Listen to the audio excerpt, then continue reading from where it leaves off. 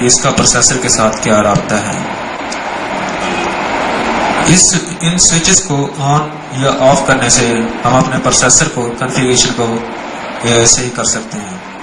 مثلا اگر 200 300 یا 400 میگا ہرٹز کا پروسیسر اس بورڈ پہ لگایا جائے تو پہلے سوئچ کو آن یہاں سے، دوسرے کو آف نیچے سے، یہ حرکت کر سکتے ہیں اس طرح، اور تیسرے کو آن اور چوتھے کو آن۔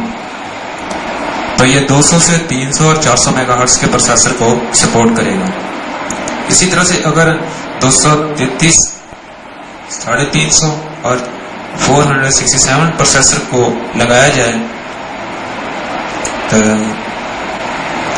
اس کی سوئچنگ سیٹ کرنے کا طریقہ یہی ہے کہ پہلے کو آن آف نیچے سے، دوسرے کو آف، تیسرے کو آن اوپر سے، اور چوتھے کو آن۔ اس طرح یہ اس پروسیسر کو سپورٹ کرے گا۔